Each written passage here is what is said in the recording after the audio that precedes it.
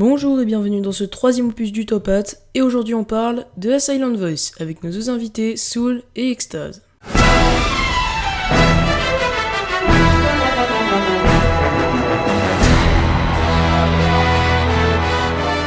Yo tout le monde, c'est Soul accompagné de son fidèle ami Extase. Et on peut commencer. A Silent Voice, ou Koe no Katachi en japonais, est un manga en 7 tomes écrit et dessiné par Oyama et Yoshitoki en 2013 et publié par Kiun en France. Le succès du manga était tel qu'un film d'animation est prévu pour septembre 2016, au Japon en tout cas.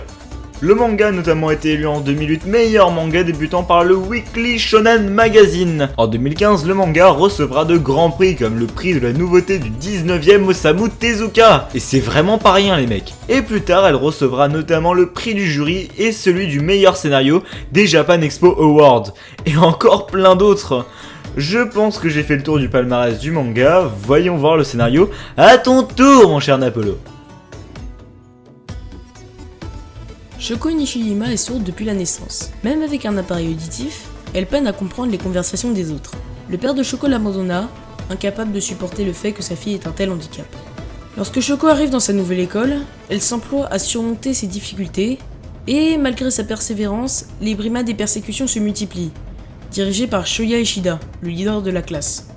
Intrigué, fasciné et exaspéré par cette nouvelle élève qui ne sait communiquer avec la voix. Il décide de lui rendre la vie impossible. Psychologiquement, puis physiquement. Ces agressions se font de plus en plus violentes. Puis un jour vient la brimade de trop. Il y eut une plainte de la famille de Shoko et l'intervention du directeur. Tout bascula. Ses camarades de classe, ne manquant pas non plus une occasion de persécuter Shoko, se retournèrent contre Shoya, le désignant comme seul responsable.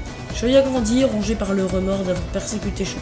Pendant toutes ces années, il apprit le langage des signes, pour se faire pardonner auprès de Shoko, ou peut-être pour se faire pardonner lui-même, d'avoir été aussi inconscient et stupide.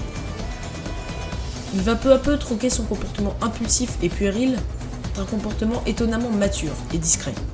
Dans son nouveau lycée, ou du moins dans sa classe, il ne connaît pas grand monde, à part Miki Kawai, Aoka Ueno et Miyoko Sahara, et fait la rencontre dans l'ordre de Tomohiro Nagatsuka, une victime qui va se lier d'amitié avec Shoya, qui lui a sauvé son vélo, de Satoshi Mashiba, compatissant avec Shoko, car lui aussi était victime de brimade, puis de la petite sœur de Shoko, Yuzuru Nishima, fan de photographie. Shoya va commencer à sortir, de plus en plus avec ses nouveaux amis, et se lie d'amitié avec Shoko et sa sœur, qui jusque-là ne voyait en Shoya qu'un bourreau, ne ratant aucune occasion de persécuter Shoko. Elle voit maintenant en Shoya quelqu'un d'altruiste, prêt à tout pour s'excuser auprès de Shoko.